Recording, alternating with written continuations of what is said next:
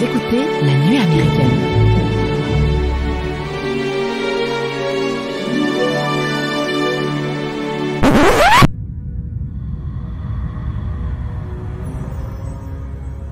La légende parle de Sauron, le seigneur des ténèbres, et de l'anneau qui lui conférerait le pouvoir d'asservir le monde. Il a été perdu depuis des siècles. Il vient d'être retrouvé. Est-il caché? Est-il en sûreté? Voici l'anneau unique, forgé par Sauron, le seigneur des ténèbres. Sauron n'a besoin que de cet anneau pour recouvrir les terres de seconde ténèbres. Il le cherche. Il le cherche. Toutes ses pensées sont focalisées sur lui. Personne ne sait qu'il est ici, n'est-ce pas? Répondez, Gandalf.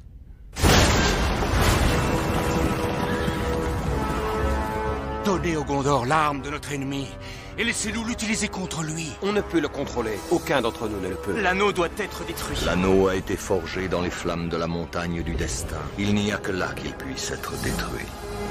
Je sais ce que je dois faire. Seulement, j'ai peur de le faire. On n'entre pas si facilement en Mordor. Il n'y a pas d'autre moyen.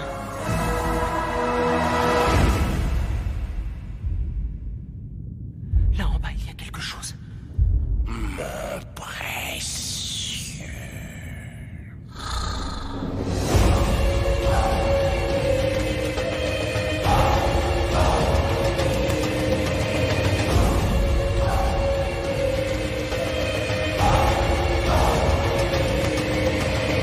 Bonjour les amis et bienvenue dans cet épisode 11. Je vous préviens, vous venez d'entrer dans la communauté de la nuit américaine. Donc si vous avez trouvé un anneau par terre, si vous avez... Il est Non mais enchaîne. Non, ça commence très bien, vas-y, Mike. Non. Mais si, c'est très bien. Alors si vous êtes un homme de petite taille, si vous avez une barbe et un chapeau, et si vous avez des oreilles en pointe, et si dans votre cave vous venez de retrouver un arc et des flèches, Oui. eh ben cet épisode, il est pour vous. Ah voilà. Et toute l'équipe de la nuit américaine va vous parler du premier volet de la trilogie du Seigneur des Anneaux, la communauté de l'anneau, sorti en décembre 2001, réalisé par Peter Jackson avec Ian McKellen, Elijah Wood, Orlando Bloom, Sean Astin et plein d'autres. Je prononce mal. Viggo Mortensen. Viggo Mortensen dans le rôle de Oui, bah presque Aragorn. Aragorn. D'accord, ok, d'accord. Aragorn, je Et t'aide. pour parler de ce film, Tu l'as vu le film? oui, je l'ai vu hier soir. C'était bien? C'était génial. Ok. 3h48 version longue. En plus, c'est un vrai, version longue. Eh oui. Parfait. Et donc pour parler de ce film autour d'une bière, autour de petites pizzas, eh ben je suis accompagné d'Éléonore, Loris et Mathieu. Bonjour à Hello. vous. Salut Mike. Bonjour à tous. Ça va? La forme. Écoute, Depuis attaqué. attaquer. Cet apéro démarre bien, non? Bah, bien sûr, en plus on parle du Seigneur des Anneaux. Comment ne pas commencer parfaitement? Ben moi je vais faire le pitch. Ah mais en plus c'est très bien parce que le Seigneur des Anneaux, il y a quand même une partie qui est très festive où on fête un anniversaire. Exact. Et nous, on a décidé de se mettre dans cet état d'esprit-là. Ouais. Nous fêtons non pas l'anniversaire de Bilbon, Nous souhaitons nos 300 abonnés sur Instagram, C'est vrai. nos plus de 500 abonnés sur Facebook. Il est là, le businessman. Ouais, Il est voilà, là. ça c'est le nous producteur fêtons- qui parle. Nous fêtons le plaisir. Ah, le plaisir d'être ensemble D'être et de se ensemble. retrouver en période de Covid. Alors je vous Exactement. rassure tout de suite, on a plus de 2 mètres. Bien sûr. On a une longue table, on est très euh, espacé, on est très espacé. Très espacé, on a des masques, c'est pour ça que vous nous entendez très bien. Exactement. Et puis on postillonne pas, enfin on va essayer.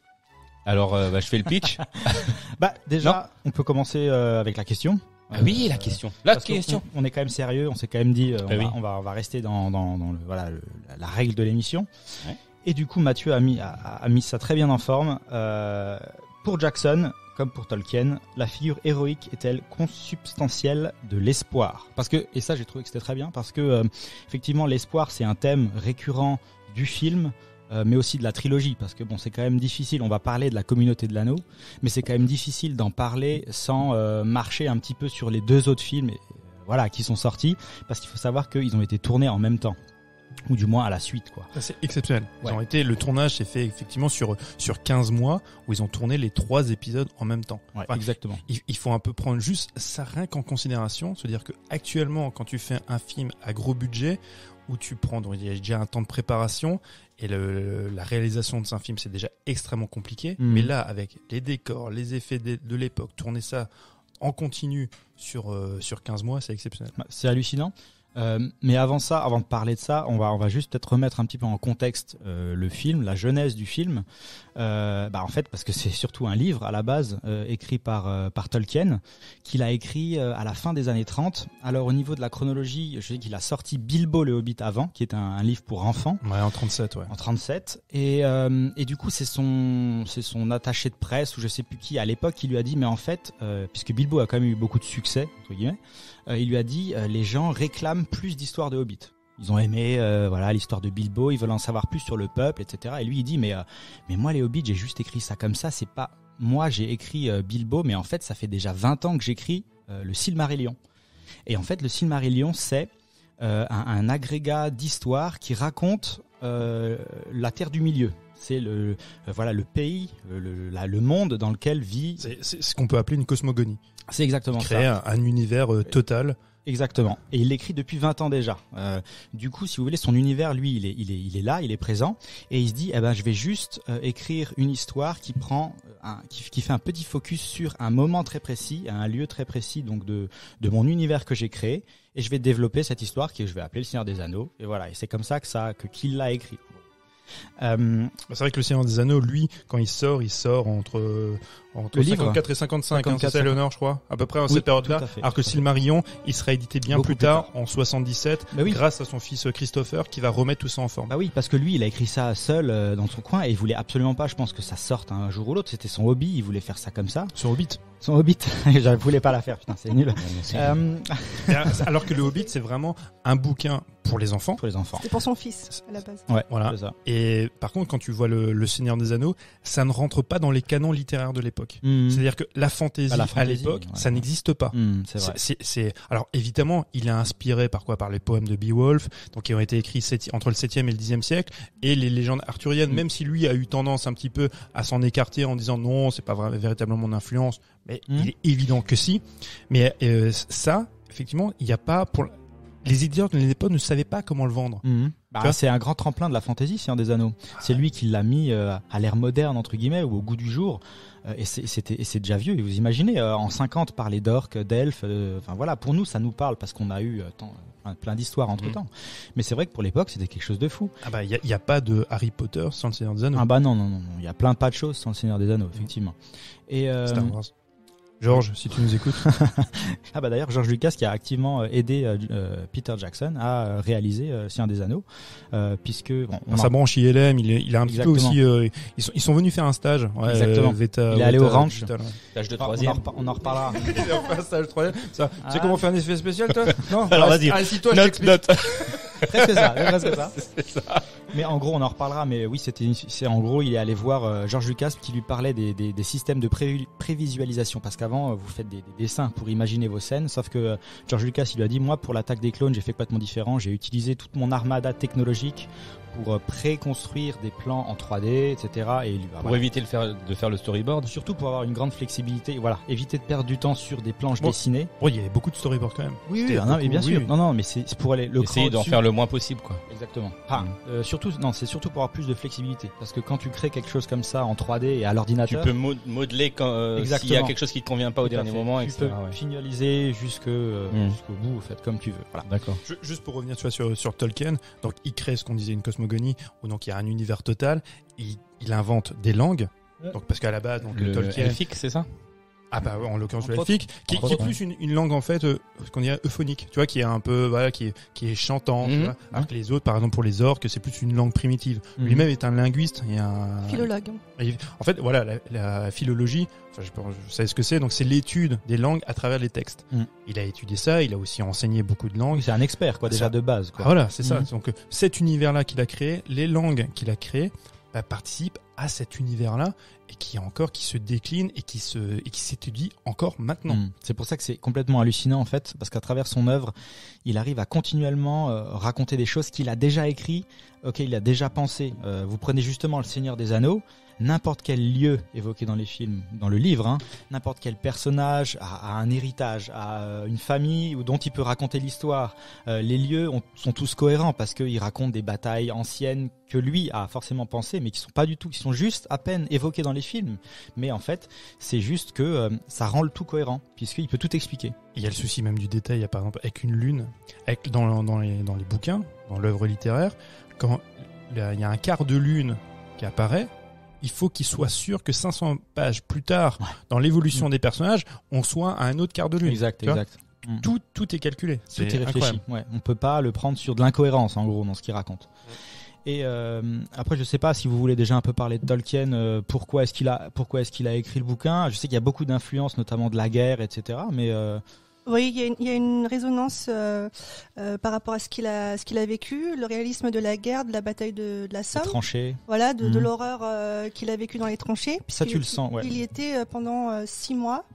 Il était quoi ? Il était cavalier, je crois, non ? Il a pas fait des transmissions, il était aussi cavalier, je crois, un truc comme ça. Il avait un poste à responsabilité, mais je ne sais plus lequel, effectivement. Lieutenant, je sais plus exactement. Il était gradé, ouais. Il était gradé. Mais aussi de garder tout de même toujours cet infime espoir de rester vivant et aussi de retrouver ses amis, ses frères, donc qui aussi combattent et sont au front. Puisque quand il a été orphelin à l'âge de 12 ans, il s'est vite réfugié dans son monde. Dans ses rêves. Et ensuite, effectivement, il a été étudiant à Oxford et c'est là qu'il a rencontré ses amis, donc Wiseman, Smith et Gilson, qui étaient des artistes et qui aimaient aussi la littérature comme lui. Et ça a été un véritable coup de cœur amical. Donc, on peut aussi penser à...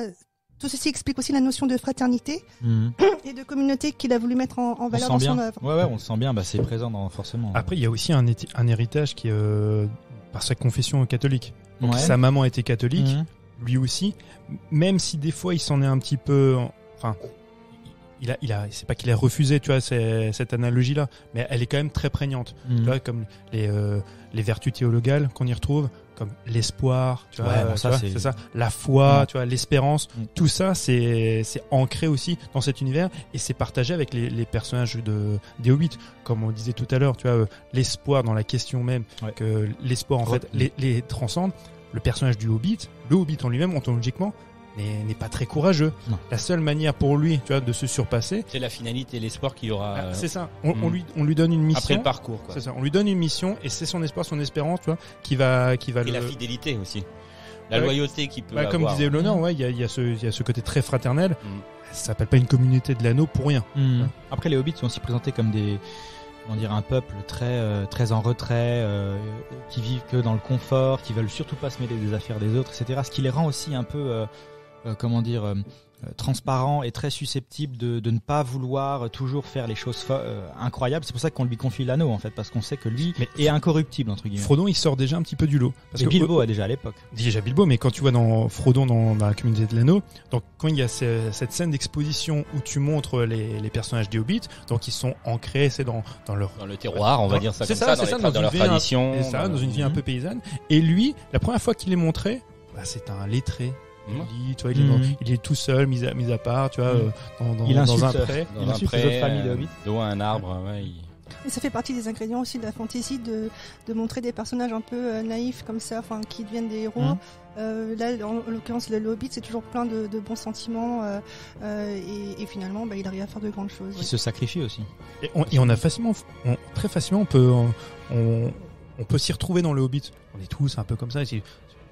Oui, on va pas se mentir. Le mec lambda, c'est ça. Pas très fort. On n'est pas forcément tous courageux, on n'est pas tous forcément des guerriers. Et tu vois, cette filiation, elle peut facilement se créer. Ouais. Puis l'autre ingrédient aussi, c'est l'objet, parce que finalement, quand tu regardes la taille de l'anneau, c'est un petit objet qui dégage une puissance. Ah oui, clairement. Après, l'anneau, c'est spécial parce que quand il est porté par Sauron, on le voit dans le magnifique prologue d'ailleurs, dont on pourrait parler, mais il rétrécit en fait pour passer partout entre guillemets. C'est ce qu'il raconte Tolkien, mais parce que quand Sauron le porte, Sauron est énorme, il est représenté comme une sorte d'ogre un peu gigantesque. C'est pour ça que techniquement ils ont fait 40 anneaux différents, Ouais. Avec plusieurs tailles. Exactement. Bon, ça aide aussi pour les Pour les plans. prises de vue. Ouais, pour les prises de vue. plans, Quand tu le mets au premier plan et tu mets des personnages dans le fond du cadre, il est plus grand parce que voilà, c'est pour qu'il soit plus visible. Notamment le plan où l'anneau est posé dans la neige. Exactement. C'est celui-ci auquel je pensais. Ouais, où tout à fait. l'anneau il doit faire 15 cm de Vous diamètre. êtes connecté à fond, quoi. Bah, avec Lolo, on est un petit peu connecté. C'est ça.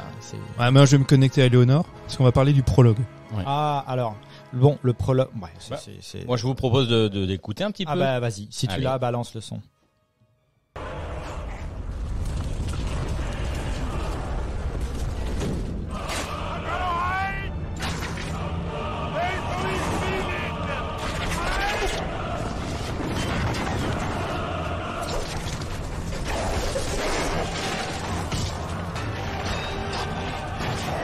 Bah voilà, le prologue, la bataille. En fait, bon, pour ceux qui connaissent pas, là on commence donc avec. Avant ça, il y a une voix. Raconte-nous le prologue, Mike. Qu'est-ce que t'en as pensé du prologue? Alors, donc avant ça, il y a une voix off qui nous explique un peu l'historique, la genèse de tout ça, qui a plusieurs communautés, on va dire ça comme ou clans. Il y a les elfes, il y a les hobbits. Attends, j'essaie de me rappeler. Il y a même des hommes. Il y a 19 grands anneaux. Ouais, 19. Voilà, il y a les hommes. Ouais. Donc on leur distribue 9 anneaux, ouais, c'est ça. Et donc par avidité, par pouvoir, parce que l'humain il est un petit peu corruptible, voilà. Je ne sais plus. Après, voilà, donc ils font t'as retenu qu'il y a quand même un anneau qui est possédé par Sauron, et qui représente le mal. Exactement. Ouais. Mais c'est ça. Et c'est celui que du coup après le prologue, le doigt est coupé de Sauron. L'anneau est récupéré par je ne sais le personne Isildur, voilà. Et puis qui est le roi humain. C'est ça. En l'état, au moment où ça se passe. L'ancêtre de. Et c'est cet anneau-là qu'on suit tout au long de l'épisode, même peut-être de la trilogie d'ailleurs. Tout à fait. Donc voilà. Puisqu'Isildur donc arrive à récupérer l'anneau, mais comme c'est un homme, il est très corruptible et il refuse de le détruire. C'est ce que raconte Elrond, l'elfe, qui lui, les elfes sont souvent détachés de ce genre de choses. Dans le sens où ils sont déjà moins corruptibles que les hommes, mais entre guillemets, mais ils remarquent surtout que les hommes n'arrivent pas à faire les choses qui devraient être faites, notamment jeter l'anneau dans le feu. Mais c'est vrai que pour Tolkien, de toute façon, la représentation de l'elfe, c'est la frange artistique. Oui, ça se voit dans la pureté, dans la clarté du personnage. Enfin, je veux dire, la lumière que dégagent les elfes. Oui, c'est l'être pur. Oui, c'est ça, c'est la pureté. Qui vit dans la nature. C'est ça, à poil.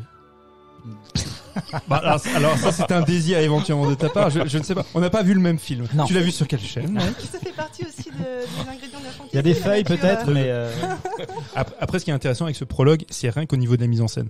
Peter Jackson disait que il est un fan. C'est un fan absolu de la saga des James Bond. Il y a un James Bond, ça commence toujours par une entrée en matière spectaculaire. Voilà. Et lui, c'est ce qu'il voulait. Il dit voilà, je veux que dans mon prologue, on puisse présenter l'éventail, non pas forcément des personnages, mais cette fameuse cosmogonie qu'on souhaite. Comme dans Dune, ce qui a été fait dans Dune. Alors attends, je t'attends. Mais beaucoup plus. On va nouveau se faire des ennemis avec les gens qui ont apprécié Dune. Alors, sans faire preuve d'amateurisme. Okay. On a du côté du spectre, on a Dune où effectivement ça dure 15 minutes, tu comprends pas grand chose. Oui, voilà. Et tu perds le spectateur très vite. Exactement. Et à l'autre bout du spectre, tu as effectivement le prologue du Seigneur des Anneaux où, comme le dit Mathieu, en 8 minutes, il y a 0% de gras. C'est ça. C'est-à-dire que chaque mot compte. C'est de la bonne chair, quoi. Et tu comprends tout en 8 minutes. Le spectateur est lancé. Il a eu de l'action, il a compris ce qui se passe, il a compris quels sont les acteurs. Sans ces 8 minutes, moi j'étais perdu dès le départ. Et pourtant, tu as de la voix off, mais c'est le propre même, tu as de l'exposition par la mise en scène. C'est ça. Et là où effectivement, oui, c'est ce qu'il n'y avait pas dans Dune, du coup. Ce qu'il n'y avait pas dans Dune, dans le prologue de Dune. On va arrêter de parler de Dune parce que sinon on va nous se faire lyncher. Mais c'est vrai que Peter Jackson, la bonne idée qu'il a eue, donc c'est effectivement de faire cette exposition via la mise en scène, et aussi de présenter une scène de bataille épique dès le départ. Qu'il voulait pas faire. Il était pas super chaud de la faire. C'est la New Line quand même qui a poussé à le faire parce qu'il voulait déjà 2 minutes la New Line. Et après ils se sont quand même dit pour que ce soit complet, ça a duré 8 minutes parce qu'il a été décidé à le faire. La New Line, elle voulait juste la scène de bataille. Ouais, c'est ça. Elle voulait un truc qui commence, effectivement. Après la New Line, alors je sais Société de production. Ouais, je sais pas si on va revenir là-dessus, mais la production est assez folle. Je sais pas si vous voulez parler d'autre chose encore sur le prologue, mais sinon sur la production même du film, il faut savoir que à la base, il fallait déjà acquérir les droits. Oui, qui ont été. Alors attends, si je me trompe pas, Tolkien les a vendus pour $100 000. Enfin, il les a à l'heure vendus actuelle, en quoi. 1967 à la United Artists. Ok. Alors je vais pas faire pour l'histoire pas de la grand-chose, United hein, pour Artists. pas Non, grand-chose. pas grand-chose. Ouais. Mais C'est l'union des artistes. alors monsieur est bilingue. Non mais ça tombe très. Quand on a affaire à des experts, c'est dingue, ça marche. C'est plus simple. C'est plus agréable. Ça Ouais. rend le propos plus fluide, Ouais, plus clairement. pertinent. Merci Et- Mike. Très rapidement, hein, je vais être bref parce que ça va intéresser peu de monde, mais j'aime bien en parler. Et la United Artists, c'est un grand studio qui a fait faillite suite au film de Michael Cimino. Suite au film de Michael Cimino, La Porte du Paradis. C'est un studio qui avait été créé par Griffiths et par Charlie Chaplin. Bref, Ok. eux, ils accèdent, ils bénéficient des droits d'adaptation en 67 de Tolkien. Mais les droits du Hobbit, eux, ils sont à la MGM. Ok. Et en fait, ce que voulait faire Peter Jackson, il voulait commencer d'abord par un film, celui du Hobbit. Mais la MGM n'était pas prêt à céder les droits. Ok. Ah ouais, ok. Ouais, donc, du coup, la United Artists avait donc ces droits-là. Et à l'époque, qui avait déjà des productions en cours avec la United Artists? Ce sont les Beatles. Parce que les Beatles avaient déjà fait des films, tu vois, 4 garçons dans le vent, Yellow Submarine. Et eux étaient fans du Seigneur des C'est Anneaux. donc ça l'histoire des Beatles et du Seigneur des Anneaux. Et voilà, Ouais. ils voulaient absolument faire, tu vois, l'adaptation. Ils avaient contacté David Lean. Donc David Lean, c'est le Docteur Zhivago, c'est Laurence d'Arabie.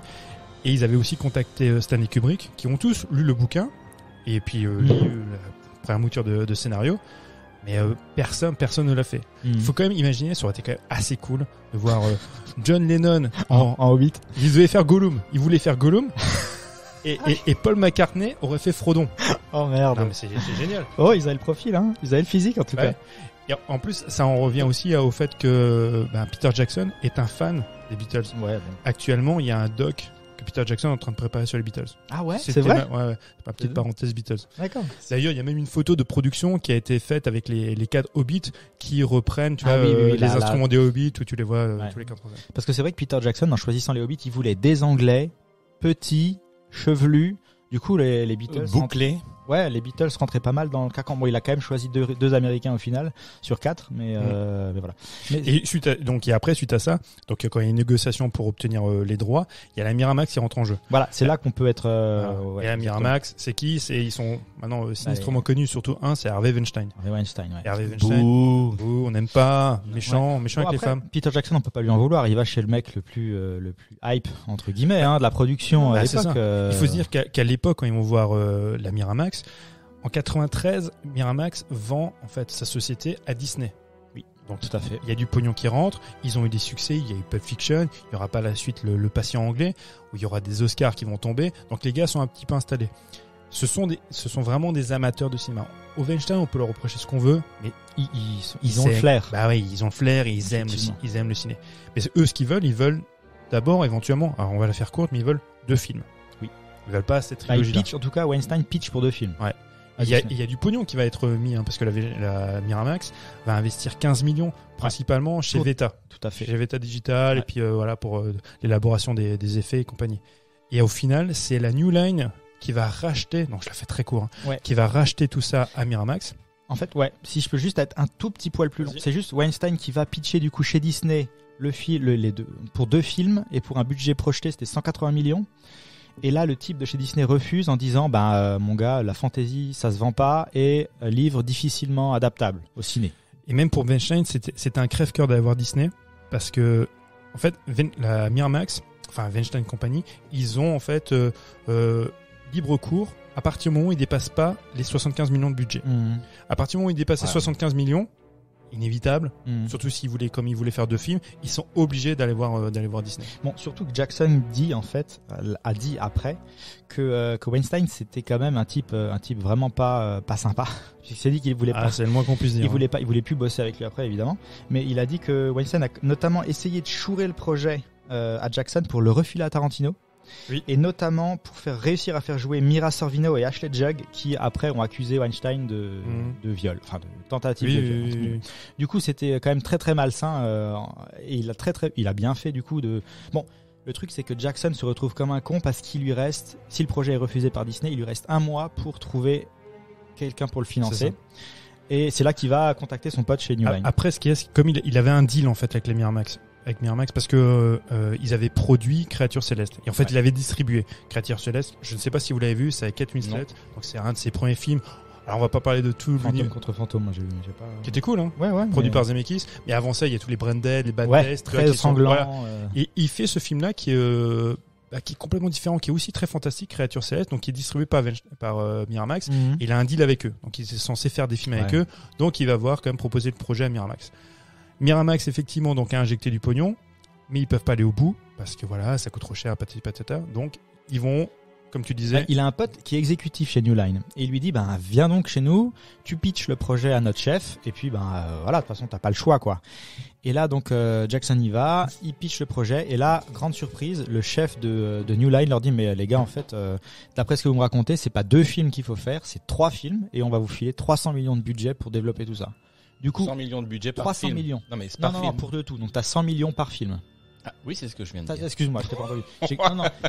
écoutez-vous les gars. C'est pas. J'ai cru que t'avais dit 300 millions par film. Non, 100 millions par film du coup. Exactement. Ce qui est plutôt sympa. Après New Line, ils ont été très très malins parce qu'au final sur ces 300 millions, ça fait 20 ans quoi. Ouais.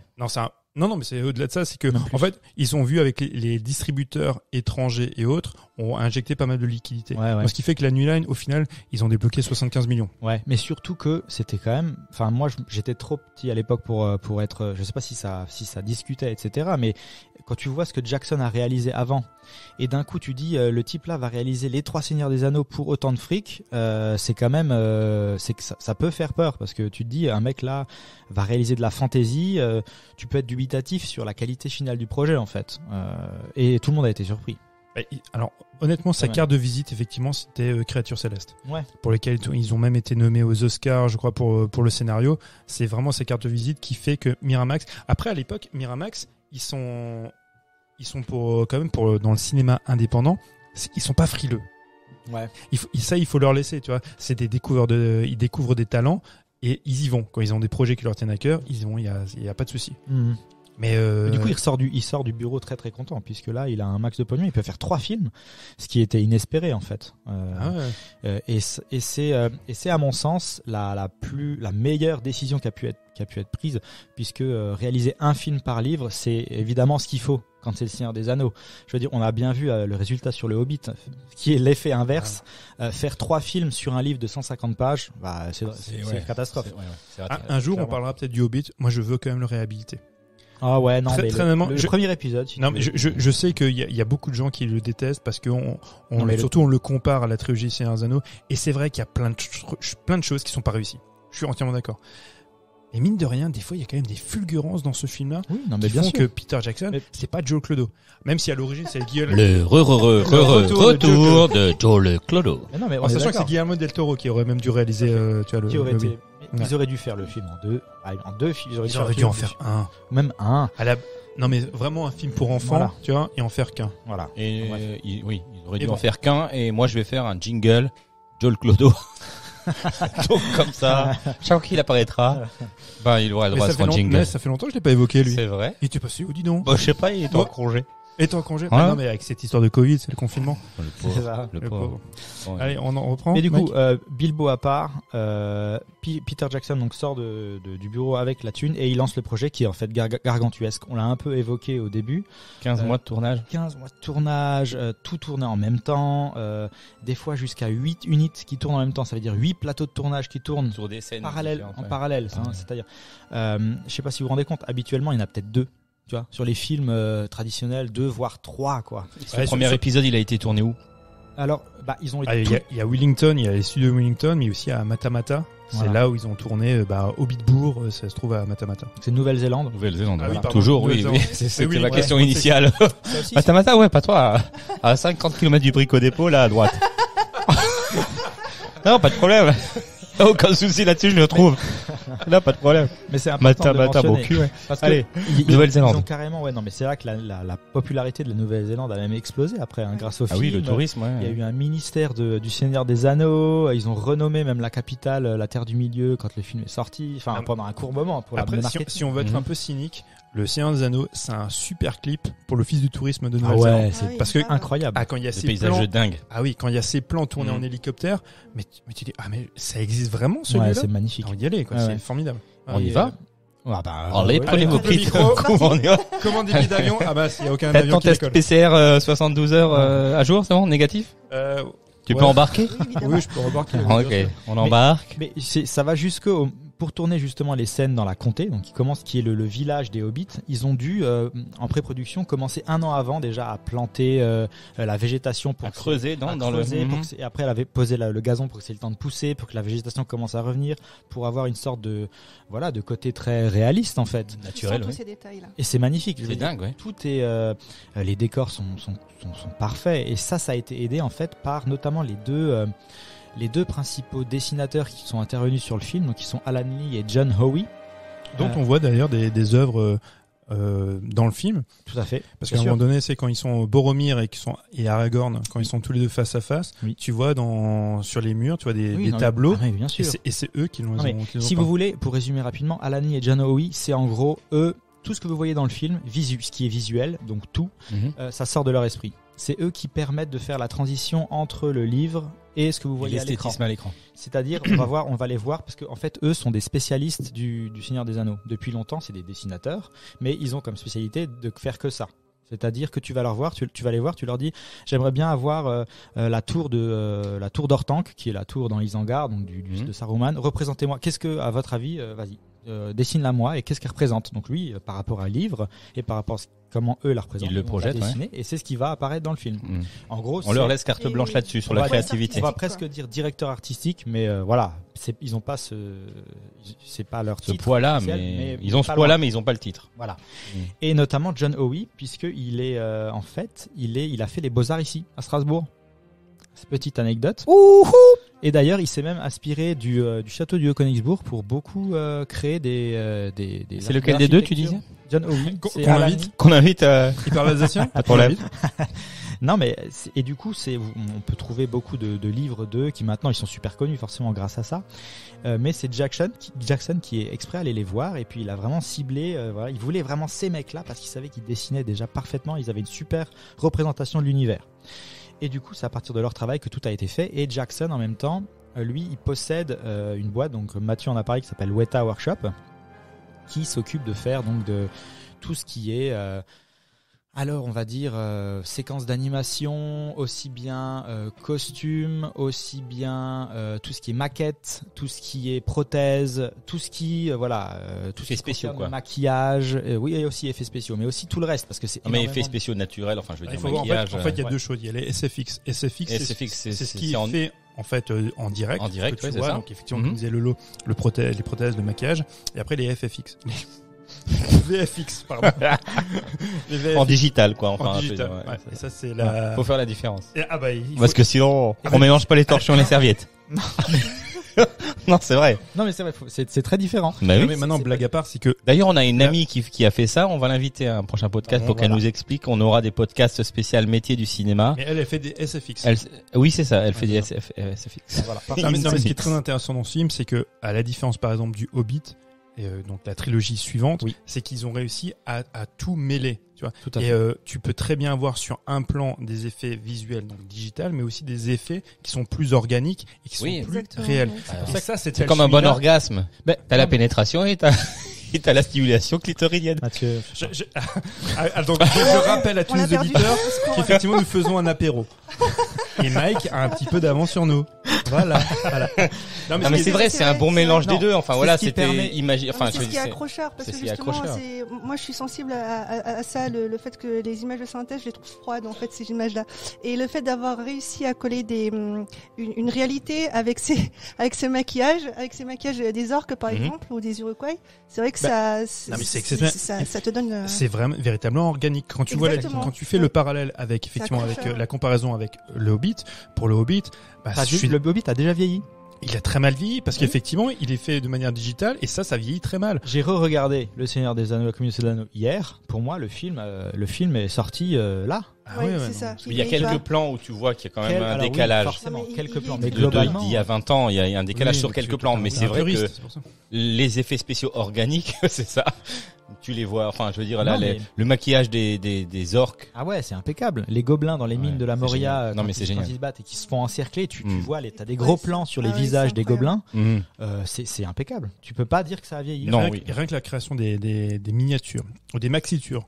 Oui. Qui font aussi. 6 mètres, Toutes ces maquettes. Mais c'est exceptionnel. C'est un travail de dingue. Ah ouais. Alors, ça a été un travail effectivement de dingue parce que 3000 personnes donc ont contribué en gros à la création des 3 films et notamment une chier immense dans tout ce qui est création des costumes, des milliers de costumes ont été créés. Qu'on remercie à la fin, Ah bah oui, évidemment. pendant 20 minutes. Évidemment, le générique de fin est sans fin, voilà. Mais il y a aussi, par exemple, il y avait des mecs, ils ont créé 12 millions de petits anneaux en plastique pour recréer les mailles, Code de maille. les codes de Ah, mailles. les codes de maille, ouais. Et leur taf pendant X temps, c'était 3 ans et demi, les mecs, ils ont fait ça. c'était d'enfiler les mailles les unes après les autres, juste pour concevoir les codes de mailles. Que tu vois pas beaucoup d'ailleurs, les codes de maille. Mais non, mais c'est ça qui fait le truc, c'est que le détail va jusque là. Je veux dire, il y avait des ébénistes qui travaillaient sur set. Ils sont allés jusqu'à tailler dans le moindre encornure de bois des runes naines qui veulent dire quelque chose. Par Alors exemple. que toi, tu le vois pas à l'œil, Alors quoi. que toi, bah non, forcément. Mais si ton œil s'y pose Ça et va tu jouer te dans dis- l'inconscient. voilà, ça joue dans l'inconscient, ouais. ça rentre dans, et Non, mais puis ça joue sur Elle a l'immersion. tout à fait raison. À partir du moment où tu connais cette information, le film prend encore un autre sens. Mhm. Ouais, c'est vrai. Comment tu perçois le film, tu dis waouh, mais c'est une œuvre magistrale, quoi. C'est énorme. Techniquement, c'est En incroyable. termes de travail. Le budget, déployé. c'est-à-dire 100 millions par 100 millions, millions hein, par ouais, film. par film. Hein. Mais ce qui est impressionnant, en fait, comme dit, c'est Après, il y a eu des surtout- reshoots, donc ils ont un petit Voilà. peu augmenté le budget, mais grosso merdo, c'est ça. c'est la capacité à Jackson justement à fédérer toutes ces personnes et surtout à réceptionner tout le travail qui est fait parce que lui il est là en bout de chaîne, c'est lui qui reçoit tout et qui doit organiser tout ça et faire en sorte que ça reste C'est cohérent. un chef d'orchestre. Ouais. C'est un vrai chef d'orchestre et c'est très très difficile puisque quand tu as une quantité de travail comme ça, c'est énorme. Il faut savoir que par exemple, à la fin de chaque journée de tournage, normalement un réalisateur il reçoit un condensé de ce qui a été filmé entre guillemets quand on enlève les impuretés qui sont passées. C'est Et- les rushs, ouais. d'abord. Voilà, et tu as à peu près 30-40 minutes de C'est visionnage. les rushs qui sont rushés pour. Ouais, voilà, C'est ça, c'est ça. ouais. Mais normalement, tu as des rushs et tu fais une sorte de condensé pour le réalisateur pour qu'il puisse avoir une vision globale de ce qu'il a filmé dans la Mhm. journée. Dans un film normal, ça dure 40 minutes. Pour le Seigneur des Anneaux, il en avait 4 heures par jour. Ah, d'accord. C'est dire la quantité de travail que le type avait. Et ça, c'est sans parler le montage qu'il y a eu après pour... Il y avait 3 monteurs. Mais je Il y trouve avait ça un hallucinant monteur quand même. par Enfin, épisode. le tournage a duré 15 mois, mais après la post-prod a duré. C'était- Ah, mais c'était en continu, parce Ouais. que après, En ils ont continu. encore, comme dit, ils ont encore fait des reshots. Donc, jusqu'en 2003, ils ont 2003. ouais. Ouais. continué à tourner. Ils continuent à D'accord. tourner, ils continuent à monter. Le film, La Communauté de l'Anneau, est présenté et diffusé Fini. en salle. Ils travaillent En encore. 2001. Voilà, il travaille encore sur les autres épisodes. Mmh, ouais. Donc lui se déplace pour faire un petit peu de promo et il revient tout de suite dans la foulée sur le terrain pour continuer la réalisation. Et là, la notion d'espoir apporte son sens parce que même lui-même, je crois, savait Ouais. même pas Oui, s'il je pense allait que pouvoir ouais, finir il le- devait y c'était croire, sa hein, parce propre que sinon quête, t'abandonnes, quoi. C'est ça. Imaginez c'est la clair. pression, parce que effectivement, tu sors un film par an, c'est quand même fou. Des blockbusters comme ça, Et sans être certain qu'il y ait un succès au bout. sans être certain du succès. Ouais. Un film de 3 heures. Mais au moins, tu fais les choses bien. Ah, Ah, le gars fait pas les choses à non, mais moitié. voilà. Mais il se donne la peine de Ah, faire mais du il bon s'est dit, travail. ok, le public reçoit pas ce que je dis, mais au moins. Tu fais très bien de mentionner les choses faites bien parce qu'il s'est accompagné donc de Fran Walsh qui est sa femme et de Philip Aboyans qui l'ont aidé à écrire donc le script Mhm. qui change beaucoup par rapport au livre. Beaucoup. Il y a beaucoup de choses qui ont été enlevées qui sont pas pertinentes à l'écran. Il y a beaucoup de lignes de dialogue qui ont été réaménagées pour que ça passe mieux. Plus Mais fluide, du ouais. coup, c'est des personnes qui donc Fran Walsh et Philip Aboyans, elles lisent le livre, la trilogie toutes les années depuis qu'elles ont 16 ans. Donc elles connaissent Par cœur. l'œuvre sur le bout des doigts. Donc ça, à partir de là, elle, le script, je veux dire, elle le maîtrise. Elle loupe aucun détail, quoi. Dans le sens où elle sait que dans la communauté de l'anneau, il s'est passé ça à ce moment-là, et elle sait qu'elle le fait parce que dans le Retour du Roi, 2 films après, il va se passer ça et que ça va être cohérent avec ce qu'elle a dit au début. Ok. Ensuite, Et en plus, elle tourne des scènes. et elle C'est tourne du- des scènes, et en Ouais. plus elles savent, ouais, elles ont l'art du cinéma. Voilà, C'est en une belle plus. équipe. hein. Ouais, non, ça c'était, je pense, indispensable à Comme la nous. réussite du film, comme nous. Comme nous. Absolument. Et En- ensuite, en moins bien. il y a aussi une grande importance Avec sur moins d'argent. sur l'investissement des acteurs au film, parce que par exemple, je veux dire, il y a Christopher Lee qui a été casté. Voilà, mon héros. Le type, c'est quand même, lui, il a lu Le Seigneur des Anneaux quand le livre est sorti, déjà, Mhm. et il l'a lu tous les ans jusqu'à ce qu'il apparaisse dans le film. Donc aussi, le type connaît par cœur Le C'est Seigneur lui des qui Anneaux. joue Saruman. qui joue Saruman, donc le magicien. Oui, qui fait Et c'est traîtrise, quoi. Et c'est aussi lui qui a rencontré le Tolkien, le seul de l'équipe qui a rencontré Tolkien. Donc Tolkien est mort. Tolkien est mort depuis longtemps, ouais. Il a écrit livre dans les années 30. C'est une émission, on apprend des choses. Tu vois, mec, tu as appris que Tolkien était mort. Et à son âme. Exactement. D'accord. D'ailleurs, Christopher Lee, une anecdote assez drôle. C'est lui qui a conversé avec Tolkien. Et puis, du coup, ils ont échangé plein de trucs. Il a appris plein de choses et à travers ça, il a pu aider Jackson à filmer certaines scènes. On va spoiler rapidement juste une scène qui se passe dans les films d'après, mais Saruman en fait meurt. Voilà, il se fait poignarder dans le dos et Christopher Lee, c'est salaud. Voilà, c'est Christopher Lee qui donnait des conseils à Jackson sur comment filmer la scène. Parce qu'il s'est fait poignarder lui-même. Parce qu'il s'est poignardé et du coup il arrivait à expliquer à Jackson que quand tu te fais poignarder, les réactions que tu dois avoir en recevant un coup de poignard. Tu as un oui, tu fais ce bruit là par exemple. Et c'est par exemple un ok quoi. Un ok, exactement. Et c'est ce qu'il dit à Jackson pour mieux filmer sa scène. Voilà, c'est à quel point les acteurs étaient, tu vois, investis et qui voulaient aller plus loin. Et c'est pas ça c'est Christopher Lee. Oui, non, mais... Et dans le déroulé du film, du coup, là, on a parlé de la genèse, on a parlé de la production, on a parlé de Peter Jackson, de Tolkien, mais donc dans l'histoire, des comédiens. Ouais, on n'a pas parlé beaucoup des comédiens et de l'histoire en tant que telle de la Communauté de l'Anneau. Le début jusqu'à la fin, quoi. Bah, du coup, oui, c'est ça une histoire. Il y a un début. Il la raconte du début jusqu'à la fin. Et l'émission, tu vas durer combien de temps, mec? Écoute, comme tu veux. Non, mais voilà. Du coup, Lolo, vas-y. Ah. Ok. Alors rapidement, mais vite, hein, voilà. Très vite. Voilà. Ce qui est un peu expliqué, Bilbo a un anneau qui est maléfique, qui le transmet donc à Frodon. En gros, Frodon va devoir amener d'abord l'anneau jusqu'à Bree, qui est une petite ville, où il doit attendre Gandalf qui reçoit des ordres de Saruman. Sauf que Saruman est un traître. Et oui. Il essaye de se rallier au Mordor et donc à Sauron. Parce qu'il Alors, sait que... je fais un petit aparté. Donc du coup, c'est l'œil de Sauron qui voit où est l'anneau et qui a l'anneau quand l'anneau est sur le doigt de celui qui le il le sent plus fortement. Il le sent plus fortement quand le personnage qui est en possession de l'anneau l'a sur son doigt. Exactement. Ouais, exactement. Du coup, c'est comme ça qu'il peut envoyer ses armées. Mais t'as vu le film alors? Oui. C'est comme ça qu'il peut envoyer ses armées à la recherche de l'anneau. C'est ça. Se passe. Donc les 9 cavaliers. Et les 9 cavaliers, c'est les humains. Rois. C'est d'anciens rois. Les humains, c'est la. Mike, tu m'impressionnes. Oui. Alors là, les Nazgûl. Les Nazgûl. Les Nazgûl, c'est donc le clan des hommes qui ont été dotés de 9 anneaux. Tout à fait. Mené par le roi sorcier d'Angmar. Les cavaliers noirs. Exactement. Cavaliers noirs. Du coup, eux l'anneau se réveille entre guillemets au début de l'histoire et c'est là qu'ils poursuivent les Bilbon et les Frodon Saquet puisqu'ils torturent Gollum, on va en parler rapidement, qui donnent ces noms-là et qui donc trahissent l'endroit où pourrait se trouver l'anneau. Donc ils arrivent, en gros Frodon doit se sauver, sauf que Gandalf se fait trahir par Saruman, il est impossible pour lui de rejoindre Frodon, donc Frodon se retrouve un peu seul avec ses potes hobbits qui l'accompagnent. Il marche. Non, du coup il se fait accompagner par Aragorn. Ah mais si, c'est ce qu'il fait, hein. Moi je sais pas, moi franchement la question que je me posais à la base c'est où ils vont. Parce que tu marches parce qu'on te dit pas où ils vont. Non. Attends, parce que si tu veux, ils font la rencontre aussi de. Voilà, ils rencontrent Aragorn. Aragorn, qui est en fait dont on grand-pa parlait, qui est grand-pa, son surnom, qui est l'héritier d'Isildur, donc le gars que tu as vu au début dans le qui est mort 3000 ans dans l'eau. 3000 ans avant. Voilà, c'est son héritier. Donc en gros, c'est le roi du Gondor en devenir, donc le roi des hommes. Voilà. Oui, ton roi. Voilà, ton roi. Et lui, il sait. On ne l'explique pas, mais en fait, c'est expliqué dans d'autres histoires. Mon roi, c'est toi. Il sait que Frodon a l'anneau, en gros, et il va l'accompagner jusqu'à chez les elfes. Donc les oreilles en pointe. Foncombe, exactement. Qui, finalement, sont obligés de réunir un conseil pour savoir de quoi faire de l'anneau. Parce que l'anneau est maléfique et il faut qu'il soit détruit. Okay. Oui. Parce que si Sauron récupère l'anneau, il peut avoir le pouvoir sur tous les clans. Voilà, Sauron. C'est pour ça que même Gandalf ne veut pas de l'anneau. Exactement. En fait, c'est pour ça que personne ne veut de l'anneau à part Frodon, parce que qui a peut-être un cœur pur. Parce que les hobbits, sont comme on l'a dit, incorruptibles peut-être, et ont une certaine manière de pas succomber aux tentations de l'anneau. Parce que effectivement, si Gandalf par exemple s'empare de l'anneau, Gandalf a trop de pouvoir et deviendrait en fait un nouveau seigneur du mal. Et c'est à partir de ce moment-là qu'il crée la communauté de l'anneau. Exactement. C'est à Foncombe. À Foncombe, exactement. C'est merveilleux. Je pensais revenir, m'émerveiller devant les enchantements de la forêt noire. Visiter Esgaroth et revoir la montagne solitaire. Mais là, je semble finalement m'avoir rattrapé.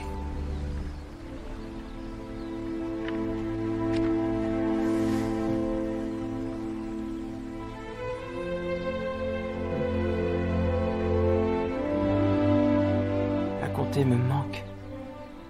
J'ai passé toute mon enfance à imaginer que j'étais quelque part ailleurs. Avec vous, vivant l'une de vos aventures. Mais mon aventure à moi s'est révélée très différente.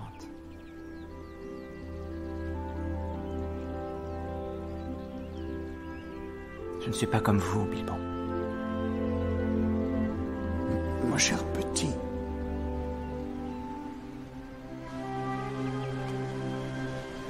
Alors, qu'est-ce que j'ai oublié? Tu fais déjà nos sacs? Y a pas de mal à se tenir prêt. Je croyais que tu voulais voir des elfes. Sûr que je veux, plus que toute autre chose. Que oui? Seulement... On a fait ce que Gandalf voulait, pas vrai?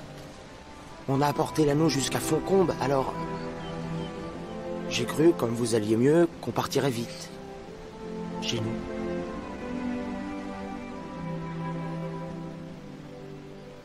Tu as raison, Sam.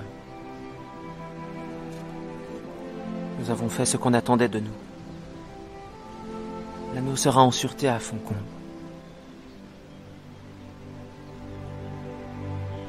Je suis prêt à retourner chez nous. Voilà, donc là c'est Frodon qui parle à Sam et qui parlait avant à Bilbon, puisque Bilbon c'est en fait réfugié entre guillemets chez les elfes. Parce que maintenant que Bilbon n'a plus l'anneau, il vieillit normalement.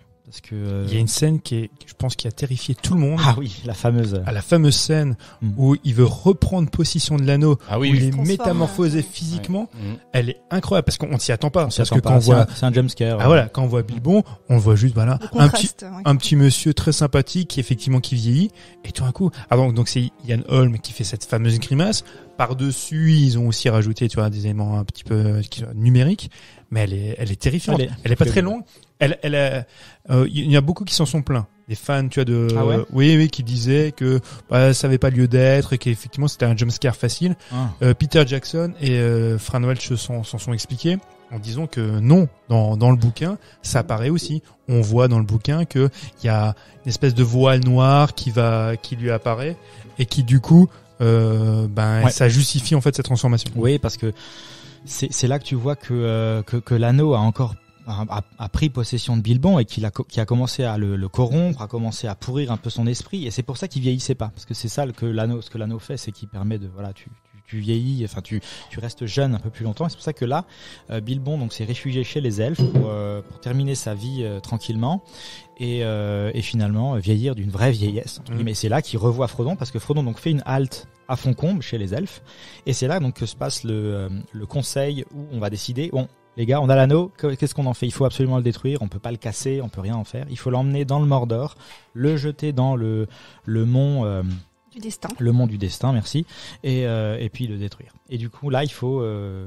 c'est là que Aragorn donc se porte volontaire, qui lui véritablement est la figure héroïque. Ah oui, Aragorn, c'est le héros. Ah, c'est vraiment un des meilleurs rôles de la trilogie. Il passe par. Et en plus, le charismatique Viggo Mortensen, je pense qu'autour de cette table, on adore tous. Est-ce que je l'aime? J'ai jamais entendu quelqu'un dire du mal de cet acteur. Impossible, mais c'est impossible. Tout le monde aime Viggo Mortensen. Non, mais c'est vrai. Puis il s'est investi, il s'est même cassé un orteil, je crois. Ah ouais. Ça c'est après. Mais il s'est pété une dent. Il s'est pété une dent. Oui, lors du tournage, il a pris un coup sur une dent qui s'est pété. Il a demandé de la glu pour qu'on la colle.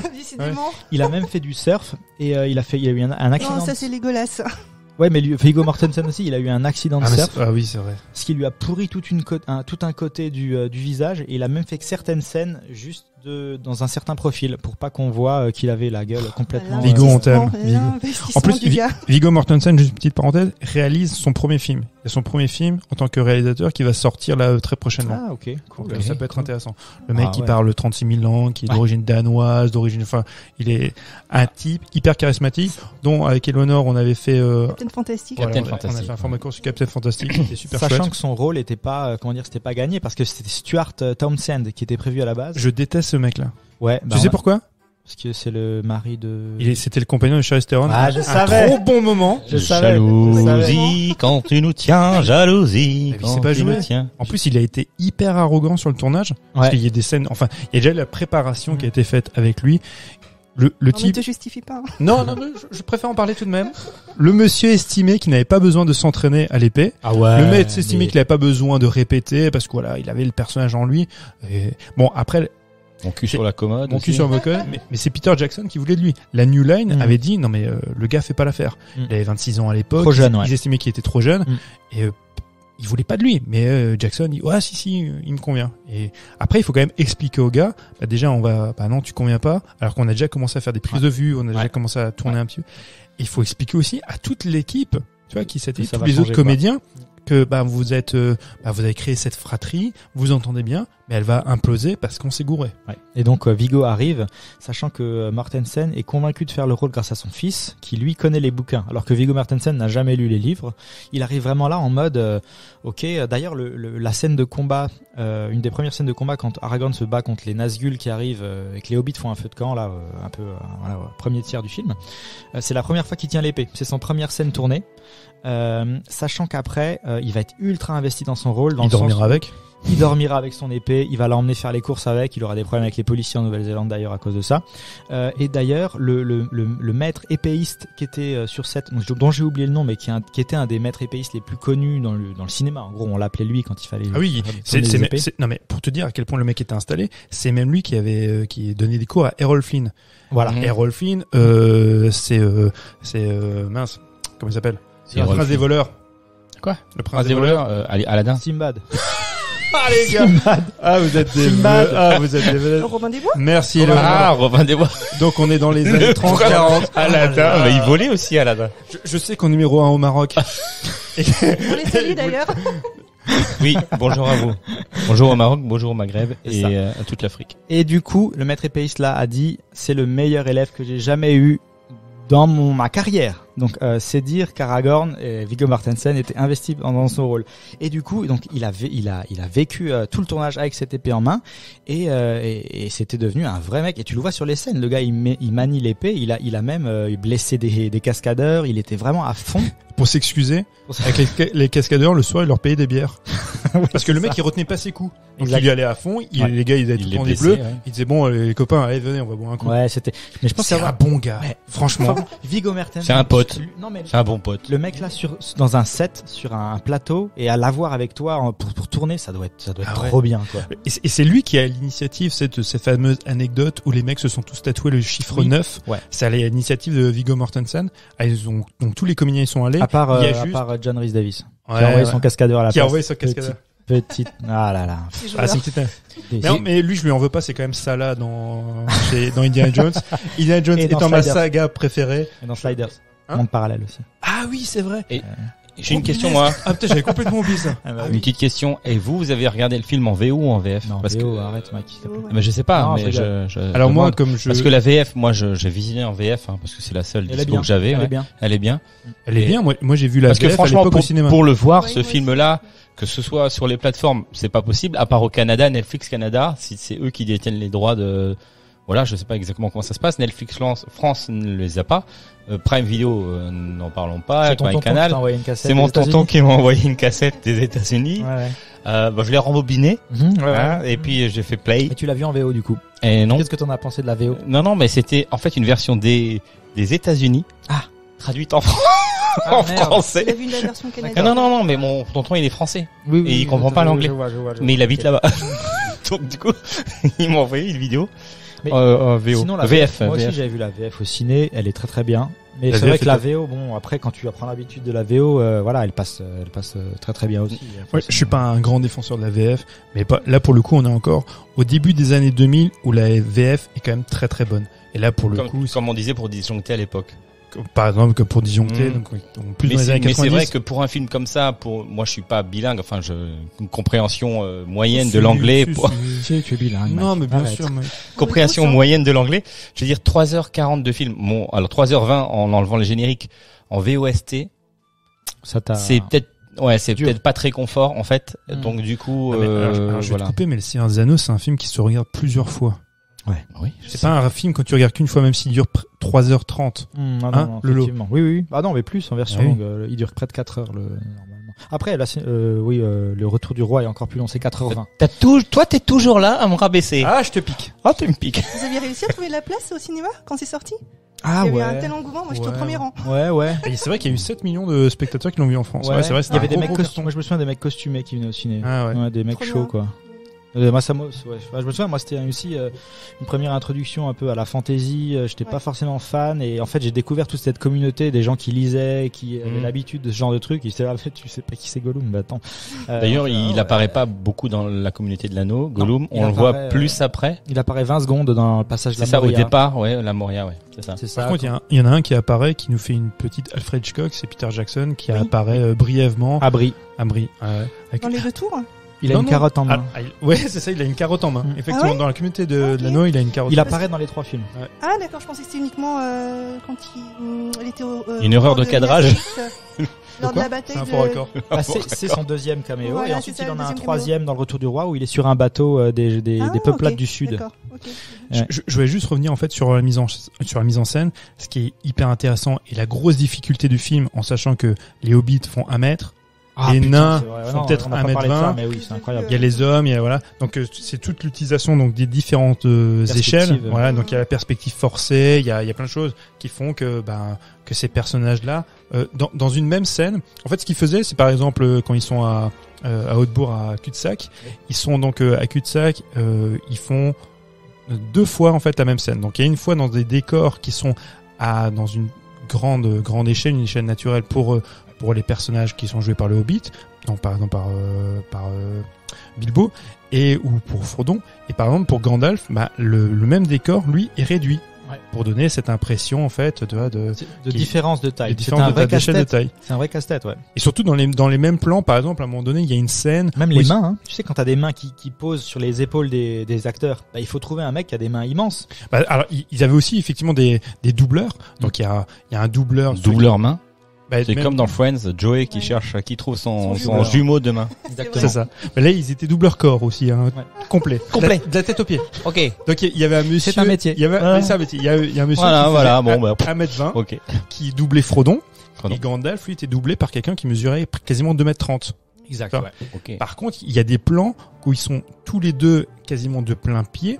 Il fallait donner cette impression De différence de taille. différence de taille. Donc avec la perspective forcée, où tu joues aussi même sur les aimants de décor. Par exemple, il y a une table où ils sont tous les deux attablés, mais la table n'a pas la même taille. Et en fait, ce sont les éléments qui sont posés sur la table qui donnent cette illusion-là. D'accord. C'est pour ça on parlait de travail gargantuesque. Et 100 millions, ça suffit pour fabriquer tout ça. Apparemment, puisqu'ils ont aussi dédoublé tous les accessoires. Parce qu'il doit y avoir des accessoires de taille humaine et des accessoires taille Dingue. Hobbit. Non mais franchement, c'est un truc de Pour hallucinant. Gimli, c'était pas évident apparemment parce qu'il est assez. C'est l'acteur le plus grand. corpulent, hein. C'est l'acteur le plus grand du casting. Et Il c'est faisait un nain, quoi. près de 2 mètres. Et c'est lui qui joue le nain, par exemple. Donc tu vois, sur tous les plans, ouais, c'est ça. Ils ont réfléchi tous les Comment plans. trouver la facilité, tu sais. Il y a même un plan, notamment, tu sais, le premier plan où Frodon est assis à côté de Gandalf sur la charrette quand ils arrivent au début. Oui. Et ben en fait, Frodon, il est assis 3 mètres derrière.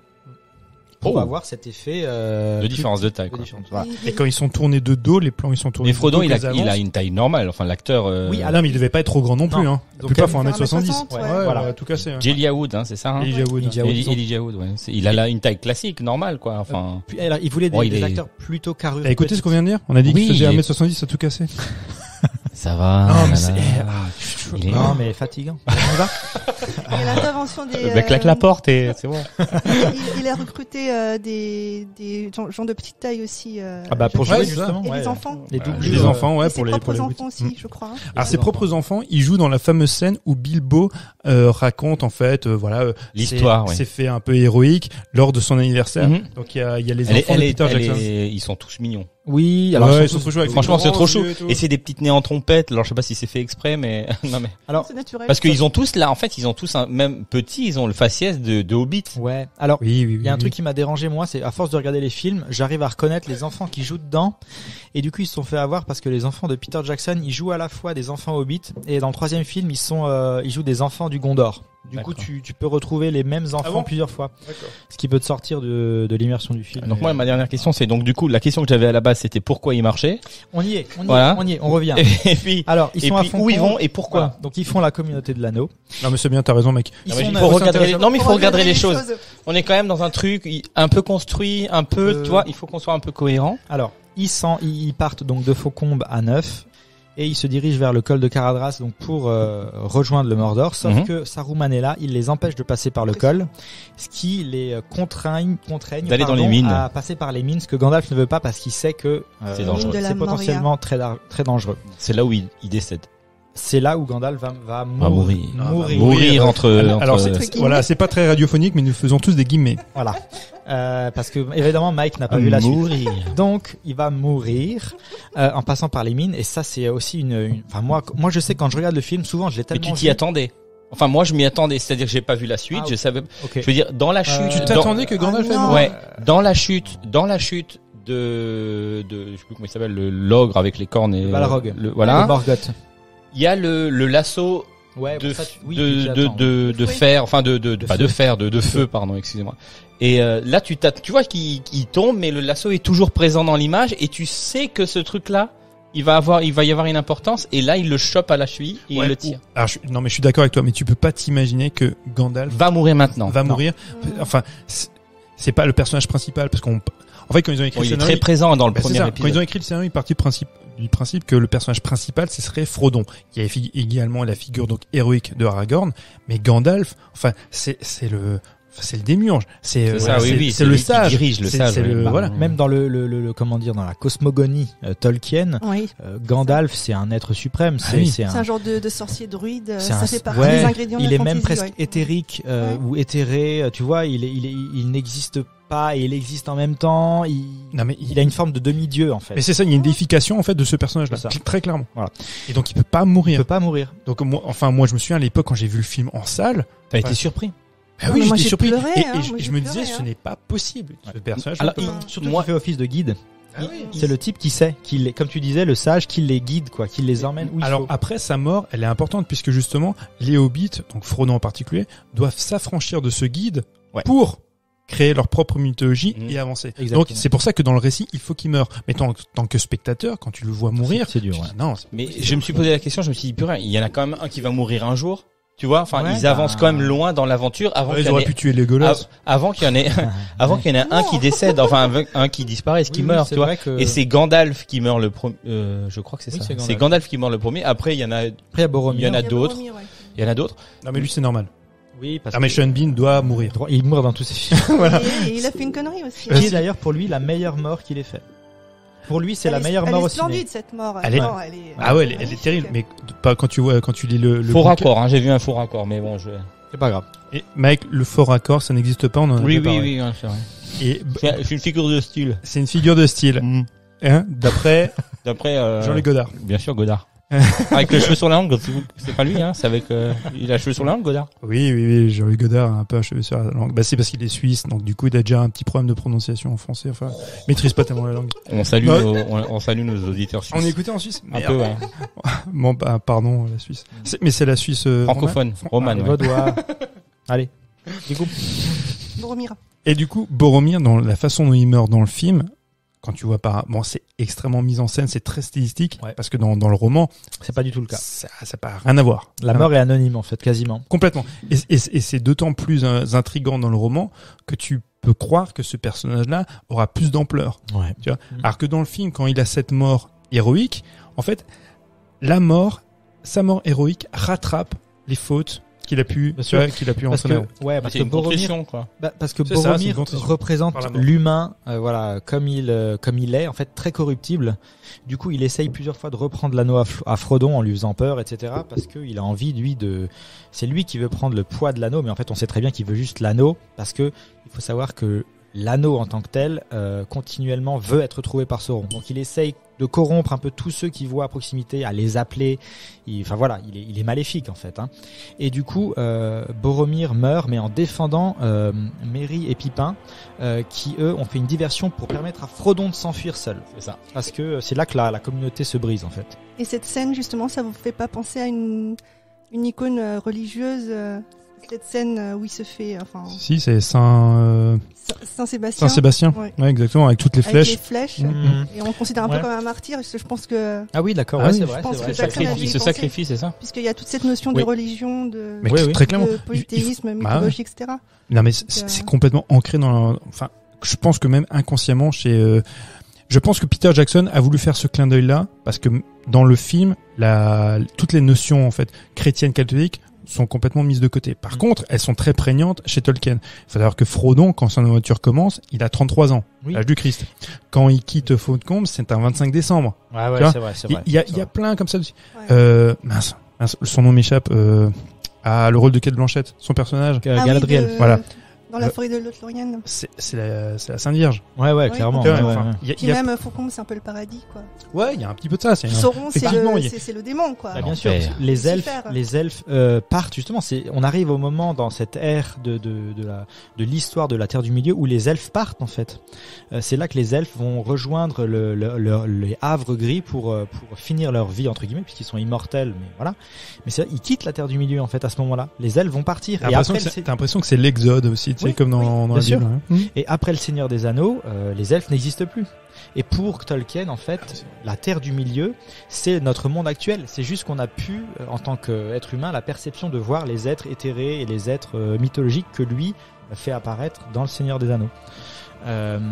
Voilà, c'est pour ça qu'il va assez loin. C'est pour ça qu'il y a ce rapport à l'industrialisation, la montée de toutes ces choses-là qu'on voit avec les orques, etc., qui arrivent, qui mettent des grosses machines. C'est pour ça qu'il fait partir les elfes. Il y a toute cette Mais ce côté magique qui va à l'encontre du réel et de ce côté modernité. Ouais, exactement. Ouais, c'est un peu ça. Pour lui, c'est ça. Pour lui, c'est aussi la fin de la fantaisie qui s'en va. Voilà, Seigneur des Anneaux, c'est vraiment une œuvre qui termine la Terre du Milieu, qui commence c'est le début de la fin en fait, pour Tolkien et son histoire. C'est pour ça que le Silmarillion raconte les histoires passées. Enfin, voilà. C'est vrai que quand on parlait de cosmogonie, c'est surtout le Silmarillion en fait qui impose cette cosmogonie. Et les contes d'inachevés. Ah oui. Il a aussi commencé certaines histoires. Voilà. Est-ce qu'on peut parler très rapidement, je sais pas si tu voulais en parler du personnage de Tom Bombadil, qui n'existe pas dans le film, qui n'existe pas dans le film et qui même a été rajouté dans le roman par Tolkien, parce que même pour lui c'est un rajout, parce qu'à la base c'est une poupée, une espèce de pantin qu'il avait, qui était nommé comme ça, que ses enfants avaient, avec lequel il jouait. Et c'est vrai que ce personnage là est totalement fantastique. Lui aussi, il peut s'assimiler à une espèce de demi-dieu. Et quand il est coupé, fait qu'il n'est pas intégré dans le film, ça ne change rien effectivement au récit. Mais même quand tu lis le livre en fait. Mais mais dans le livre, moi je trouve le personnage incroyable. Ouais, il est intéressant, mais c'est un arc vraiment à part dans le livre aussi. Oui. Quand tu finis l'arc pour Tom Bombadil, t'es là, bon, ok. Effectivement, dans le récit, il n'a pas tellement d'importance. Non. Il n'y a pas tellement d'importance. Mais tu te dis, ce personnage-là, punaise. Si on l'intègre dans l'existence, même c'est dans l'œuvre totale, mais s'il est incroyable, il pourrait faire des choses dingues. C'est comme par exemple, il y en a beaucoup qui ont reproché avec ces grands oiseaux qui vont aider Gandalf à s'échapper. Donc il y avait ces aigles, quand ils tombent dans le vide avec. Il y avait cette fameuse polémique où les gens disaient mais punaise, ils ont qu'à utiliser les aigles pour se rendre directement à la montagne, tu vois, du destin. Les cons. Mais raccourci. Sauf que Tolkien a toujours dit, ces aigles-là ne se mêlent pas des problèmes des humains. Ils ne s'en mêlent pas. Et même, ils ont une certaine dangerosité tout de même. Donc il faut les utiliser avec parcimonie. Et chaque peuple a bien son identité, effectivement. Exactement. Et puis il a une histoire, comme disait Mathieu, sur ces aigles. Il explique très clairement pourquoi ils font pas ça. Il l'a déjà pensé et bien sûr c'est très cohérent. Et du coup, donc après les mines de la Moria, donc on a cette destruction de la communauté progressive. Boromir meurt en défendant les hobbits, et en fait c'est là que le récit continue à se mettre en place avec Frodon et donc Sam qui se dirigent. Il le rattrape in extremis sur le lac. Je sais pas, c'est un lac. Ouais, c'est ça. D'ailleurs, dans cette scène, Sean Astin qui joue Sam Gamgee s'est entaillé le pied en voulant rejoindre Frodon. C'est fou. Il a dû aller à l'hôpital et tout. Parce que quand il court dans l'eau, là, quand il avance, il s'est coupé. Il se taillade le pied, avec des. Enfin bref, c'est une petite anecdote, mais en gros, oui, c'est là. Une fois, j'ai fait ça en vacances. J'ai marché sur une vive. Moi, c'était des morceaux de Heineken. Pareil, au lac Achard, ouais. Voilà. Moi, j'étais pas au lac Achard. J'ai un peu plus d'argent que vous. Merci. Voilà, cette discrimination. Moi, je suis le plus pauvre, du coup, je partais jamais en vacances. Et j'ai marché sur une vive, mais j'ai souffert. Donc, je peux comprendre. Tu comprends la souffrance de Sean Astin. Horrible. Qui rejoint Frodon. Vous savez ce que c'est une vive? C'est un poisson. Alors qui se cache Et qui a des sous le qui a sable, des pics sur qui le a dos. qui a une épine comme ça dorsale, Saleté. qui se cache et c'est une saleté. Oui, c'est très Ah douloureux. là, trop du non. On est toujours en train d'enregistrer ou pas là? Oui. Oui. Alors, Suivant. Du coup, Frodon et Sam se dirigent donc finalement qu'à deux pour aller vers le Mordor. Et Aragorn, Gimli et Legolas, eux, vont à la poursuite du groupe d'Uruk-hai qui sont venus. Donc c'est eux qui ont tué Boromir et c'est eux qui capturent Merry et Pippin, pensant que c'est un des deux qui possède l'anneau, puisque Oui, eux, ils se comme trompent, consigne, ils avaient comme par Saruman, ils ont dit C'est un petit homme. récupère le petit homme. Un Il a- semi, comment ils appellent Un ça? semi-homme. Un semi-homme. récupère le semi-homme, c'est lui qui a l'arme L'anneau. qui nous permettra de gagner la guerre. Donc les Uruk-hai, comme ils sont bêtes, enfin voilà, ils ont pas d'autres- C'est des exécutants. ils voient les deux hobbits là. Quoique, il y a quand même un Uruk-hai. C'est l'ours. Ouais. Voilà. Alors lui, je l'ai lu là, il y a Il longtemps. n'existe pas. C'est ça, il n'existe Non. pas dans le roman. Boromir est tué par un orc lambda. C'est ça. Ouais. Et en fait, il a créé l'ours pour donner une sorte de forme aux Uruk-hai, parce que c'est donc une nouvelle race d'ennemis créée par Saruman. C'est un mélange d'orques et de gobelins qui sont beaucoup plus endurants, qui sont beaucoup plus forts, parce que les orques finalement c'est des êtres très primitifs qui sont comment dire, ce sont en fait c'est une dérive des elfes torturés entre guillemets. Donc les orques, il le dit Saruman dans le film. Vous êtes les orques sont moisis, ils servent à rien, ils sont moches. Et d'ailleurs, tu le vois même, c'est dans l'utilisation de la langue, la création de la langue, Ouais. où on disait tout à l'heure, donc elle est euphonique chez les elfes, et par contre chez Très les orques, gutturale, très très primitive, très primitive, ouais. un peu rocailleuse comme ça, très Exactement. très très dure. Et du coup, ces Uruk-hai, donc ce groupe d'orques en fait 2.0 entre guillemets, capturent Merry et Pippin et vont essayer de les ramener en Isengard, là où il y a Saruman. Ce qui laisse la possibilité d'échappatoire à Frodon, à du coup, Frodon Frodon et et à Sam. A entre guillemets le terrain libre pour aller vers le Mordor par les armées de Saruman. Mais ma question à la base, c'est ok, ils veulent aller au Mordor, mais pour quoi faire? Ah bah, parce qu'il a l'anneau et il doit Pour jeter détruire l'anneau. l'anneau. Ah, pour détruire La l'anneau. montagne du destin. Il doit jeter l'anneau dans la montagne et c'est au milieu du territoire ennemi, là où il y a Sauron. Oui, Ce qu'avait refusé de faire, donc l'aïeul Oui, de au Aragorn. départ, ouais. Exactement, D'accord. parce qu'il était humain et corruptible. Incorruptible. Du coup, Et- le film se termine là-dessus et Moi, j'ai une petite question sur le blond aux cheveux longs là, l'elfe avec les arcs, Legolas. le carquois là. Il fait du kung-fu dans le Hobbit. Ouais, peut-être. Ah oui, il fait du kung-fu dans Ah, le. mais il est horrible Mais dans le Hobbit. ça, c'est terrifiant. Mais là, je me suis dit, bon, le mec, il a un carquois où il peut mettre 5 flèches Ouais, on s'est tous posé la même question. et il en tire 27 à chaque combat. Je sais C'est pas, un elfe. je sais pas, Ça repousse. je sais pas où il met les autres. Tu vois, C'est un enfin, elfe, ne cherche pas, il a un il y a pas de, il y a pas, ok. enchanté. Il y a un carquois enchanté avec une cachette. En tout cas, l'homme ne doit pas se comparer à un elfe. D'accord. Un elfe est un elfe très C'est vrai, supérieur. je suis con, moi, Donc, j'aurais dû penser. Lui, Non, mais mais c'est oui, vrai. lui, il peut mettre des flèches où il veut. Ouais. Toi, t'as pas forcément la place. Lui, là. Ok. Médite là-dessus. Non mais, D'accord. mais blague à part, et je trouve que même quand c'est filmé les bagarres, par exemple la dernière baston où t'as Aragorn qui est contre tous les Uruk-hai et puis t'as Legolas qui arrive et qui commence à décocher Ah ouais, ses non, mais flèches flèche sur et flèche. à les aligner Ah les ouais. uns après les autres, je trouve que ça donne une puissance à Je ce pense qu'ils ont personnage. accéléré l'image. Ouais, mais Ouais. ouais, Oui, bien c'est sûr. la Mais c'est nature, impressionnant. ouais, ouais. Mais ça lui donne une puissance. Il est tellement bon. Et puis après, Il on fait- le verra dans les autres films après où il est Ouais, encore c'est propre, pire, quoi. ouais. C'est propre, élégant, ça donne- sexy, Non, mais ça- il y a tout, quoi. Non mais ça donne vraiment cette image, outre tout ce qu'on peut dire, sur cette communauté qui est là, des guerriers très très puissants qui donnent tout juste pour permettre à ce petit hobbit de continuer son chemin et ils sont prêts à sacrifier juste pour que lui puisse traverser l'eau et continuer son Sans avoir certitude qu'il va arriver chemin. Sans à faire avoir ce qu'il... l'espoir. L'espoir. La L'espoir foi. fait vivre. L'espoir. Et c'est la réponse à notre question Exactement. de base. Exactement. Donc voilà, c'est ce qui les fait suivre, c'est que ils ont l'espoir que potentiellement ça peut, Bien sûr. il peut arriver à atteindre son but Et plein de fois dans la trilogie, ils sont au bord de craquer et de dire c'est mort. C'est Mais en mort, fait, c'est- à chaque fois ils disent mais peut-être que Frodon est en vie et peut-être qu'on va finalement y arriver. Moi, je vais le regarder encore. On termine on termine cet épisode. Je vais nouveau me mettre 3h40 au lit et puis le regarder. Non mais regarde la suite, Mike. Mais non, mais je vais regarder. Je les ai Regarde. maintenant. Bah ouais. Mon oncle d'Amérique. Ah, Il m'a tout donné. envoyé. On a tout envoyé. Bon, merci les garçons. Maintenant, on va passer à la rubrique des coups de cœur. C'est une rubrique qui nous tient à cœur. Ouais, je Justement. peux commencer parce Bien que sûr. je vais être très connecté. Je vais recommander le making of du Seigneur des Anneaux. Oh, super, merci. Mathieu, à toi. Alors, très rapidement, il y a un making-of par le film. En tout, ça doit faire 16 heures de visionnage. Et c'est là que en fait, on est vraiment dans les coulisses de Weta Workshop, justement. Oui. Et on voit les types construire tous les accessoires et tout. Et t'es vraiment dedans et tu as toutes les anecdotes de tournage. T'es vraiment à fond dans la création de cette œuvre. Et c'est franchement, c'est passionnant. Même si, mais tu trouves ça où? Alors, c'est dans les éditions. c'est les éditions de Blu-ray. Ah oui, c'est en Blu-ray, donc tu peux pas trouver ça. Tout ce qui est physique, tu peux peut-être les avoir sur le net si tu achètes je sais pas comment ça se passe, mais en tout cas, tu peux trouver ça dans les versions physiques. C'est accompagné des making-of. D'accord. Qui sont passionnants. Franchement, vraiment. C'est là où, en fait, où Peter Jackson, on sent que c'est vraiment un geek. Et que lui, il a pris plaisir déjà en tant qu'amateur de films il sait que c'est important pour le fan d'avoir des informations. Donc le mec, il fait des reshoots pour avoir des versions longues. Il fait faire des gros, tu vois, mince, comment on appelle ça? Ce que tu viens de dire. Mince. Making of? Making of, pardon. Des grands making of pour que ce soit disponible. Oui, mais je sais. Des fois, j'ai des lacunes, Mike. Il me fait une grimace. Voilà. Ça arrive à tout le monde.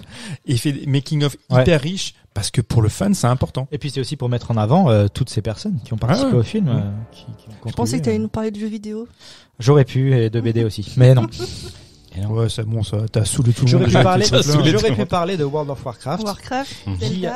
Qui a surtout, comment dire, explosé grâce à la sortie du Seigneur des Anneaux, parce que Seigneur des Anneaux a remis comment dire, au goût du jour la fantasy au début des années 2000. Qu'est-ce qui sort en 2004? World of Warcraft, qui est de la fantasy et qui est un des jeux les plus joués, qui a été un des jeux les plus joués à un moment donné. Voilà, merci. Sauf par nous deux. Non, mais moi j'ai deux mains gauches, alors là, pour tenir une manette dans la main, c'est compliqué. Et moi je tiens Mike de ma main gauche. Donc du coup, c'est qui veut Mathieu? Ça va être très court. Moi j'ai en fait mon coup de cœur, je l'ai regardé hier soir. Ça s'appelle The Way Back. Donc il faut savoir que ma passion c'est le cinéma, mais ma deuxième passion c'est le basket. Et un film qui parle de basket et qui en parle bien, mais qui ne parle pas que de ça, c'est très rare. Donc, ça s'appelle The Way Back. C'est par le réalisateur du gars qui avait fait The Warriors. Je sais pas si vous vous souvenez, Warriors, c'était avec Tom Hardy. C'est quand les gars ils font l'UFC, le MMA là. Voilà, c'est ça. En fait, le mec, comment il s'appelle déjà? Gavin O'Connor. Quand il parle d'un sujet principal, donc là comme le sport, il ne traite pas que du sport. Il s'adresse surtout en fait à la classe moyenne américaine. Et donc avec ses problématiques. Donc là, en l'occurrence, le personnage principal est interprété par Ben Affleck. On aime dire Ben Affleck. Dans un film de basket, c'est bizarre. Déjà, tout cas. Bah non, c'est pas bizarre. Alors, pour le coup, c'est pas bizarre parce que Ben Affleck, donc, qui est originaire de Boston, et on l'a vu à l'époque dans Will Hunting, joue au basket, plutôt bon. Il a de bons gestes. Ok. Et dans le film, en fait, Ben Affleck. Autant pour moi. Tu peux pas tout savoir, mec. Et dans le film, Ben Affleck est une ancienne gloire du lycée, tu vois, au basket, qui parce que le gars, bon, je vais la faire très courte, a sombré un petit peu dans la drogue, dans plein de choses, et il a rencontré une femme qui l'a un petit peu sorti de cette condition-là. Ils ont eu un enfant ensemble, cet enfant est mort. Donc il est retombé dans certains travers comme l'alcool. C'est un gars qui est alcoolique, qui vit seul, qui travaille sur des chantiers, et donc on va l'appeler pour coacher une équipe de basket.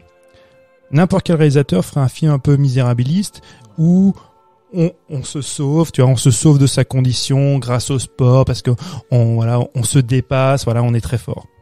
Et ben là, pas du tout. Je vais pas vous raconter tout le film, mais je le conseille surtout pour ceux qui, comme moi, estiment que Ben Affleck est un acteur moyen. Vous regardez ce film-là, vous dites ah ouais non mais merde, Ben Affleck en fait. Ben Affleck, il a le physique pour jouer Monsieur Tout le Monde. Non mais c'est vrai, mine de rien, il sait faire. Monsieur Tout le Monde, en plus avec des travers, des lacunes, donc il est alcoolique, il vit tout seul chez lui, il en fait pas trop. Alors tu vas me dire, souvent Ben Affleck justement est dans le non-jeu. Mais là, c'est très juste. Tout ce qu'il fait, de la manière dont il joue, c'est toujours très juste. Le film, c'est pas un chef-d'œuvre, mais c'est un bon film. C'est un film qui souvent est assez prenant, assez poignant. Et surtout pour moi qui est un amateur de basket. C'est juste au niveau du basket. Ouais, c'est juste parce que le basket c'est assez compliqué à filmer. Et là, il montre que le basket, on annonce en fait, tu vois, des actions. En fait, c'est quelque chose qui est déjà en fait qui est écrit. Le basket, c'est quelque chose qui s'anticipe aussi, tu vois, qui se joue sur le terrain, mais qui s'anticipe aussi avec le coach. Et tout ça, c'est la lecture du jeu. Elle est vraie, elle fait vrai en fait, sur le terrain. Donc, c'est important. Ça m'a beaucoup plu. Donc, regardez le basket, regardez des films. The Way Back. Donc, c'est diffusé uniquement en VOD. C'est disponible uniquement en VOD. Donc, avec toi, on dépense de la thune, hein. Parce que VOD. 2,99€. C'est bon, ça va, Mike. Quand je vois ce que tu dépenses en drogue et en alcool, tu vas mettre 2,99€ sur un film. Ok. Oh, merci. Éléonore, à ton tour pour Alors, les moi, je vous coups de cœur. propose de jouer à un jeu de société donc qui s'appelle Fantasy, pour rester dans la thématique des créatures fantastiques et de la magie. Je vous propose donc ce jeu de chez Asmodée qui se joue de 2 à 4 joueurs à partir de 8 ans. Donc imaginez que vous vivez dans une forêt légendaire à l'abri du regard des humains. Plusieurs de vos compagnons sont des elfes, des corrigans, des farfadets, des lutins. Farfadé comme toi, mec. Tu farfadé. Je répondrai pas. Et donc ils ont tous un pouvoir qui leur est particulier. Par exemple, le pouvoir du corrigan va permettre de voler 2/4 à un autre joueur. Un elfe permet d'utiliser le pouvoir d'une carte déjà posée devant soi, etc. Et donc le but du jeu est de remporter la victoire en ayant le plus de peuple possible à son actif, ce qui va vous rapporter des points, et de devenir le roi ou la reine de la forêt. Et c'est un jeu type un peu apéro qui dure 15 minutes à peu près. Eh ben, on jouera à ce jeu-là quand on ira chez notre arrangeur sonore Sébastien. Bonjour Sébastien. Il est où Sébastien? Il est là, viens nous dire un petit bonjour. Salut tout le monde. Ça va? Ça va, merci et vous? Ouais, on jouera à ce Il est jeu. timide. Oh, il est timide. On jouera à ce jeu-là chez toi quand on ira faire un petit repas là? Mais bien sûr, on jouera. Ouais, cool. Ah putain, et on a même pas parlé de Howard Shore, le compositeur. Ah oui. Ah bah les merdes, les mecs. Mais oui, mais c'est normal parce que ça, c'est la rubrique qui est dédiée à Sébastien qui Normalement, va venir nous fera par la suite une des chronique. rubriques Voilà. musicales. On pourrait Là presque- aujourd'hui, il peut pas le faire parce qu'il a trop picolé. On pourrait pas Mais presque la finir. mienne fera. On pourrait pas finir sur mon extrait sonore. Mais d'ailleurs, moi j'ai un coup de cœur. Si tu t'en fous, tu me le dis tout de suite. Non mais on est tellement peu habitué à ce que tu as un coup de cœur, Mike, qu'on l'a complètement zappé. Depuis quand tu as Là, mais je sais ce que c'est. C'est la suite. C'est la suite de la série sur Canal+ avec Joe Star, avec le serpent. Oui, le fameux. Vas-y, le fameux envoie. Non, mais t'as fini pour ton coup de cœur. Bon, pour mon coup de cœur à moi, c'est plus, en fait, c'est un coup de cœur à Jean-Pierre Bacry. C'est l'un de mes acteurs français préférés, donc c'est plus un hommage. Donc, il vient nous quitter le 18 janvier 2021, donc une date un peu symbolique pour l'équipe de la nuit américaine. Ouais, comme je disais, c'est plus un hommage à un homme qui m'a fait rire dans tous les films que j'ai pu voir de lui. Et donc Cuisine et Dépendance, merci pour le bisou. Il a été acteur et scénariste donc de ce film, La Cité de la Peur, hein, tout le monde le connaît. Sens de la fête, récemment. Ouais, c'est ça. Moi, j'y viens. Un air de famille. L'excellent sens de la fête. L'excellent, un air de famille excellent aussi, un genre de petit huis clos dans un ancien PMU, etc. Didier, on connaît la chanson, peut-être de Cédric Kellapliche. Chercher Hortense et Le sens de la fête qui est sorti en 2017, le dernier film il en a fait d'autres jusqu'en 2018, mais c'est le dernier film de lui que j'ai vu. Comme il dit, à partir de dorénavant, hein, comme il disait dans Le sens de la fête, à partir de dorénavant, je vais moins rire au cinéma sans lui. Donc, si vous voulez en savoir plus sur l'histoire de Jean-Pierre Bacry, je vous invite à écouter Laissez-moi vous raconter un podcast de Julien Collat, l'épisode s'appelle Tendre et l'armure, un épisode consacré à l'histoire de Jean-Pierre Bacry. Okay. Donc ça dure un quart d'heure, 20 minutes, et il raconte un petit peu l'histoire de Jean-Pierre Bacry, disponible sur Spotify. Voilà pour mes coups de cœur. Donc tu veux revenir sur les... Non, finalement on demandera à Sébastien de nous faire un mini arrangement parce que j'avais un extrait sonore de Howard Shore forcément qui est compositeur je l'ai, on peut le passer pour la fin de l'épisode. Comme ça Alors rapidement avant de se quitter, c'est Howard Shore du coup le compositeur de la bande son du film qui était pas du tout pressenti pour faire ça parce qu'il a fait des genres complètement différents et personne l'attendait sur de la fantasy, et là il fait un travail qui est vraiment remarquable. Il a eu un Oscar notamment pour la bande son. Bon on va se quitter là-dessus. Merci Éléonore, merci Mathieu, merci Loris. Et puis avec toi surtout. Mais avec plaisir. C'est toujours un grand plaisir. C'est le meilleur. Merci. Je vous rappelle que vous pouvez nous retrouver. C'est pas faux. C'est le meilleur. On vous rappelle que vous pouvez nous trouver sur les réseaux sociaux Facebook, Instagram. Je vous rappelle que chaque épisode sort chaque lundi, du coup, à 18h. Je vous invite à vous abonner sur vos plateformes préférées pour être informé des nouvelles sorties des épisodes par notification. Et en attendant, mon précieux, il le fait bien. Ah, c'est à s'y méprendre. Moi, j'ai l'impression qu'il y a Gollum. Vas-y. Ça fait une heure. On se revoit la semaine prochaine, mon précieux. On se revoit. Alors. Vas-y, Léonore, toi, vas-y. Non. Alors, à la semaine prochaine, on va s'arrêter là-dessus. C'est ça. À bientôt. Prenez soin de vous. Ciao. Au revoir. Ah, c'est Donald.